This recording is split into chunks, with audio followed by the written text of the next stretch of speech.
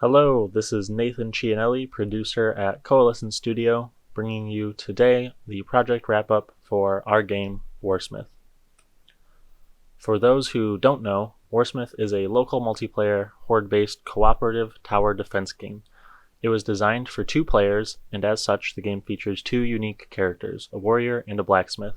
Each of them has a unique set of abilities that they must use to survive as long as they can against waves of enemy hordes. So, what was the outcome of our project?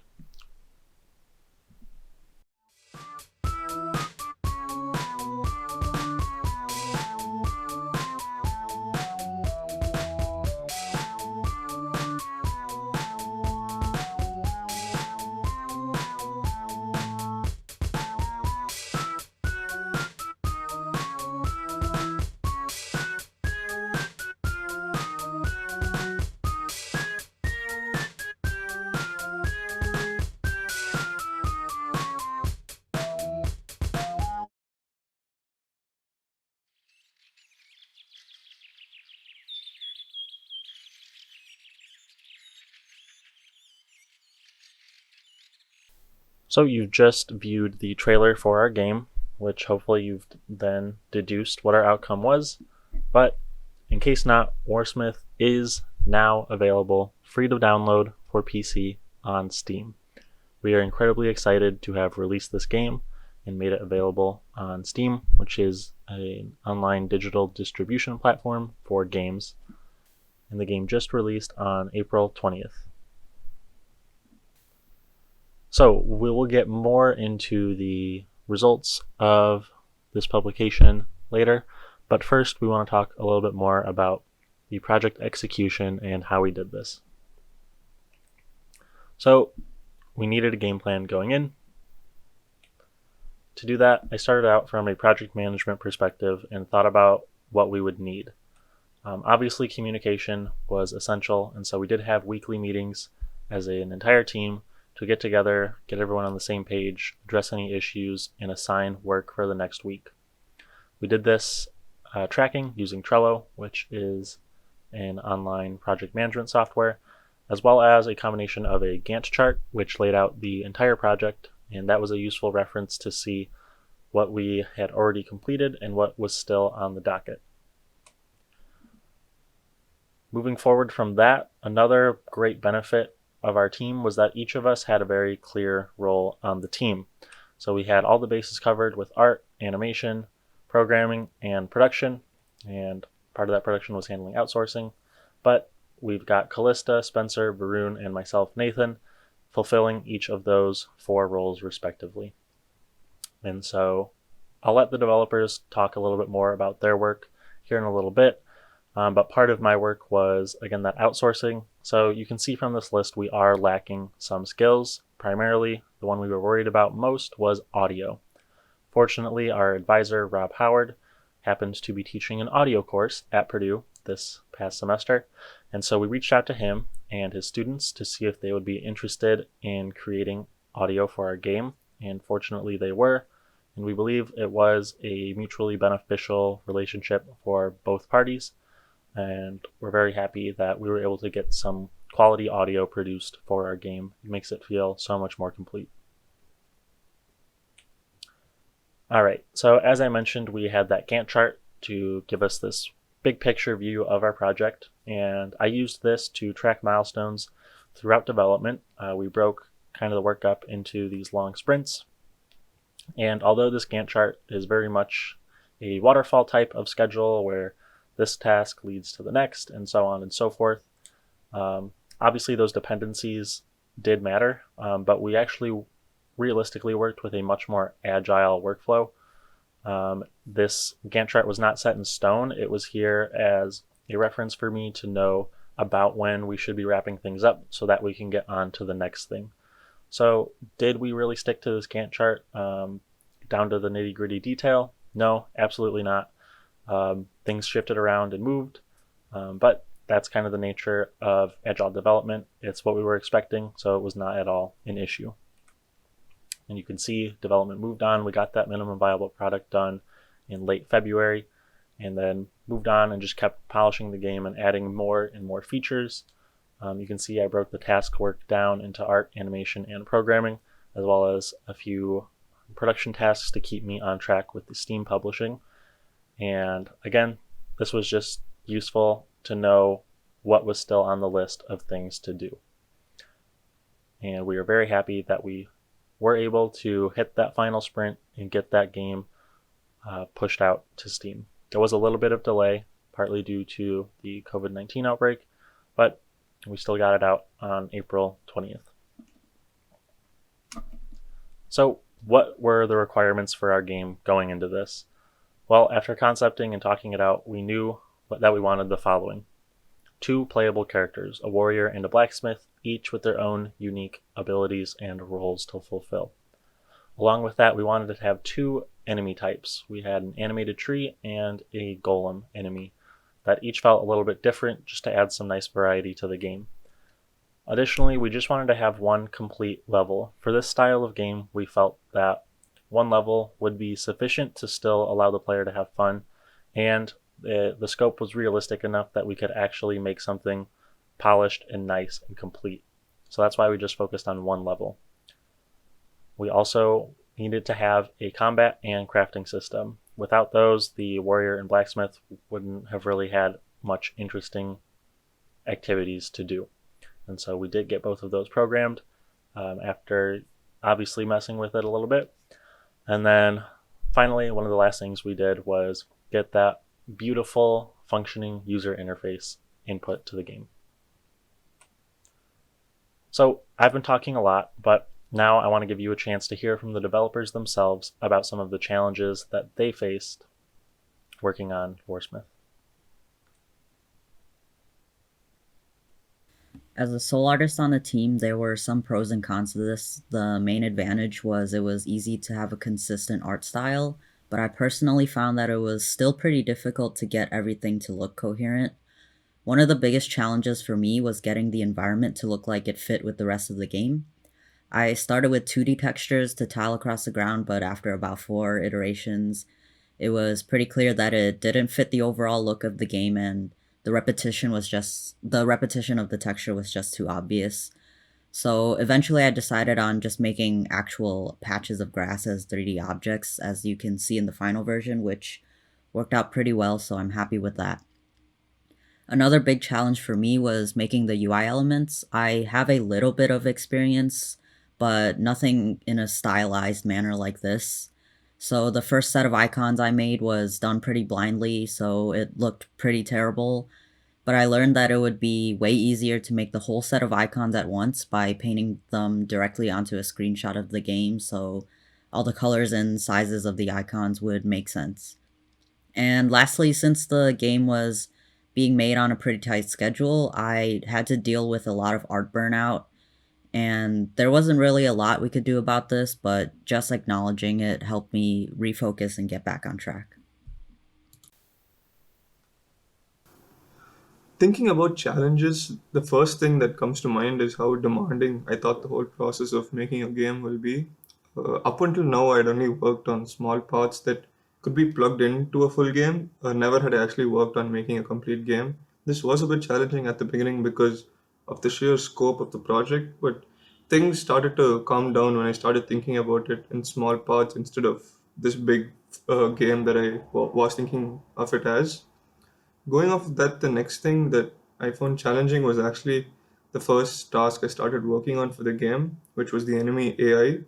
Although it's been through many iterations and updates now, it started off being a bit challenging with a lot of bugs because the enemies were the make or break aspect of the game, and so they had to be as close to perfection as possible. So all these bugs had to be fixed, and from the from the initial design to the prototype to the final product now, a lot of things had to be constantly changed to account for the other things that kept popping up in the game. Other than those 2 specific challenges, we only faced things like bugs, lots and lots of it, which just had to be fixed in order to ship a completed game. Bugs kept popping up when we added things to the game or when we combined different versions of the game. Overall, or at least until Corona showed up, these 2 were the biggest challenges I faced, but working with a fantastic team made getting through these challenges a lot easier. and I'm really happy with the final game that we have. So I had many challenges over the course of this project's development. To start off, it was the first full game that I've been a part of from start to finish through development, and we had a final playable game at the end. Throughout the whole project, we had a ton of bugs, most of which I fixed on the spot, as well as a lot of balancing issues, which still exist in the game. And if I had more time going back, I would make sure to try and flesh those out as much as possible, but that's really hard to do with a game like this. I also had a lot of challenges testing new forms of rigging, including versions of squash and stretch on our characters. Some worked, some didn't, but the characters that we ended up with in game, I'm very satisfied with. I think they're fluid and they're fun. Overall, I thought this was a very fun project, and I'm glad I got to experience all of it with my team, and I'm very thankful for Nathan, our producer, for keeping us all on track and sane. Along the same vein of challenges that we faced, one of those for me was marketing. So obviously, we knew we were going to make a game, wanted to make it good, but we wanted people to play it too, which meant people needed to know about it. To push that marketing and get our name out there, we turned to Twitter. Twitter is a pretty big scene for indie game developers, and so we knew that that would be the best place to go. And I would say we found some moderate success there. Obviously, we aren't huge on Twitter, we're not Twitter famous, but we were able to garner some other indie attention, which is awesome because we didn't want it to just be our friends and family playing this game. We wanted more people. We wanted people who didn't even know we existed to be playing our game. And so that I was able to interact with other indie game developers on Twitter, react to their tweets, and hope that they saw mine. We were able to garner some more attention from other people in this industry, which is great. And just to give you a quick overview or broad idea of how we did on Twitter, you can see this little graph of our impressions for the past month down below. And impressions are just the number of times users saw the tweet on Twitter. And so in the past month, we had over 8,000, which we're pretty happy with. You can see the spikes are where we actually tweeted. And so for each tweet, we would usually see around 700 or so impressions, which is pretty good. So fortunately, Twitter turned out to be a good platform for us to do that marketing on. And of course, when talking about challenges, we can't ignore the impact that COVID-19 has had on our project. A big one was communication had to change slightly. We were fortunate that, obviously, being game developers, we're all pretty tech savvy and pretty used to working with technology like this. And so communication changed a little bit, but I wouldn't say was hindered. We still use Discord all the time throughout the week to stay in contact, ask for updates from each other, and if we needed to, we could share images, share screens, hop on voice chats to just talk through things. And we did continue our weekly meetings on Discord just to make sure everyone was on the same page. And again, with that coronavirus, there had to be this transition to remote work as some of us moved off campus or what have you. Fortunately, this was fairly low impact since we were all just working at our computers anyways. We were just now working farther apart from each other. One thing that did pose more of a challenge was a time difference. So Varun actually moved back home to India while the rest of us were still in the United States. And so we were dealing with about 10 and a half hour time difference from Central Daylight Time to India Standard Time, which meant we would either have to meet very late at night or early in the morning. And then it would be flip-flopped for Varun and the rest of us, or vice versa. But we worked around it, stayed up late, had some early morning meetings for Varun, some late night meetings for the rest of us. But we got through it, and all was well. And another impact that the virus has had on our project was that we were just not able to feasibly do user testing. This was very unfortunate. We actually had playtesting built in twice in our schedule, and I think that feedback would have been immensely valuable. But with everyone being apart, and specifically with our game being a local multiplayer game, it just would not have been feasible to craft a system to send out the game to people that may or may not even have the capability to play it and then try to get feedback from them. There just wasn't enough way to monitor that and get it done right. And so we decided to just pool our resources elsewhere and focus on making a great game. All right, so obviously we've released the game on Steam, as I've mentioned. So how are things going post-release? I'll get into that, but first I just want to commend the team that I've been working with. It's such a hardworking group of people, and we're all incredibly proud of what we've done. We recognize that it is a very small, very indie game, but we're proud of it nonetheless. Spencer described it best with this word, surreal.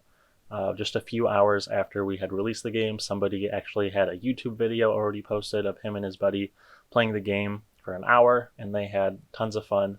And Spencer described it as this just surreal feeling, and I think that really describes it best. All right, so you might remember when we were talking about this project last semester that we had this graph of the online gaming market just to show you how big it was and what kind of market we were targeting and the amount of people and resources that are in it. And so, yes, it's huge, but how much of that money do we have access to? Well, $0 because the game is free to play. But what we really care about is reaching people. And that was a big part of the reason that we decided to make the game free. You can see from the Steam stats that there are, at peak times, 23 million people using Steam. These numbers are definitely up because of coronavirus, but nonetheless, there are millions of people on Steam every day. And so having access to that amount of people is awesome. That's exactly what we were hoping for. And this data was just taken on April 21st. Another great fortunate event for us was Steam's release of Remote Play Together. This happened at the end of last year, and what this feature does is it allows Steam users to play couch co-op games with their friends over the internet. And this was amazing for us because it meant that we got to develop a local multiplayer game that would also be available for online multiplayer, and we didn't have to do any of the networking or multiplayer programming legwork to get that working. So we are incredibly fortunate for this feature and that it works with our game. We have tested it, we've done it, and it works very well. And so we're super excited about that. It opens up the opportunity for even more people to play and enjoy our game with their friends, particularly during this time when everyone's stuck inside. All right, so how is the game currently doing? Well, we are getting some reviews on Steam already, some from friends, but some from people we don't know, like Fluffy Panda, who had a very fun time with the game. Another positive review, and another one as well. And so we were very happy to see these, just to know that people are enjoying the game. They think it's fun. However, they also recognize that it is flawed, it's not perfect, it's clearly in its early stages. And that's fine. It's not entirely surprising to us to see that kind of feedback. And the true sign of success as a creative is that we've got someone out there who gave us the thumbs down. So we're not really discouraged by this because it was bound to happen. I think we were all expecting it. And additionally, the feedback that we've gotten is just that the game doesn't work, which we know to be factually incorrect since many of us have played it, as have our friends, as have many other people in the world. So my guess is simply that this person is trying to play it on an operating system that we don't support, such as Mac, or they don't have a controller to play with, or they're trying to play alone. A big caveat is that this is a multiplayer game, so it does require multiplayer. There's no single player mode. But regardless, we feel we're doing well. It seems to be getting mostly positive review. So for a quick overview of where we're at, clearly the game is entertaining. It's fun, you can laugh, you can have a good time. However, it's clearly in its early stages. Again, this isn't really a surprise to us. Um, could it be better? Yes, if we had more time. We might roll out a couple of small updates, but nothing major is planned for the near future. Another decision that we were happy with was making the game free to play. I think putting a price tag on this would have just been a barrier that would have kept even more people out. And so we're happy that the game is available for more people to play and enjoy with their friends, especially during a time when finding ways to connect online is so important for everyone's sanity. And so as of April 22nd, our current unique users was at 227, and that's within 3 days of release. So we're very happy with that number. We weren't expecting anything earth-shattering, and so we feel that we're happy that this many people all around the world have already experienced our game to some extent. So how we were going to measure success? Well, we wanted to make sure we had that game available on Steam, and we will also need our sponsors' approval. Originally, we had planned to measure success using metrics from playtesting data. However, that just was not possible. And so what deliverables were expected? Well, the game file, which is available on Steam for everyone.